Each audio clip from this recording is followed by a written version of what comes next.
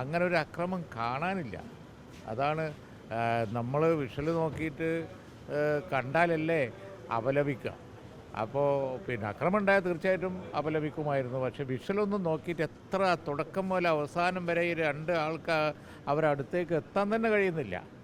എത്താൻ തന്നെ കഴിയാത്ത ഒരു സംഭവത്തിൽ പിന്നെ ആക്രമിച്ചു എന്ന് പറഞ്ഞ് നമ്മളെങ്ങനെ ഒരു സംസ്ഥാനത്തിൻ്റെ ആരോഗ്യമന്ത്രി ഇങ്ങനെ അഭിനയിക്കുമെന്ന് തോന്നുന്നുണ്ട്. ഇതൊരു അഭിനയവും കളവ് പറയും. അതൊന്നും അറിയില്ല. പക്ഷെ ഞാൻ ഒറ്റ കാര്യം പറയുന്നുള്ളൂ, അതിൻ്റെ നിജസ്ഥിതി ഒന്നും കൂടി അന്വേഷിക്കേണ്ടതാണ്. വിഷ്വലിൽ യാതൊന്നും കാണാനില്ല. നേരെ മറിച്ച് ഉച്ചക്ക് യൂത്ത് ലീഗ് സെക്രട്ടറി സജീർ ഇക്ബാലിനെ മർദ്ദിച്ചതൊന്നും നോക്കൂ. വളഞ്ഞിട്ട് ക്രൂര മർദ്ദനായിരുന്നില്ലേ? അതും മനുഷ്യനല്ലേ?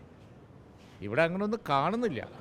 അക്രമത്തെ ഒന്നും ഞങ്ങൾ പ്രോത്സാഹിപ്പിക്കില്ല, തീർച്ചയായിട്ടും അതിന് അനുകൂലിക്കുകയില്ല.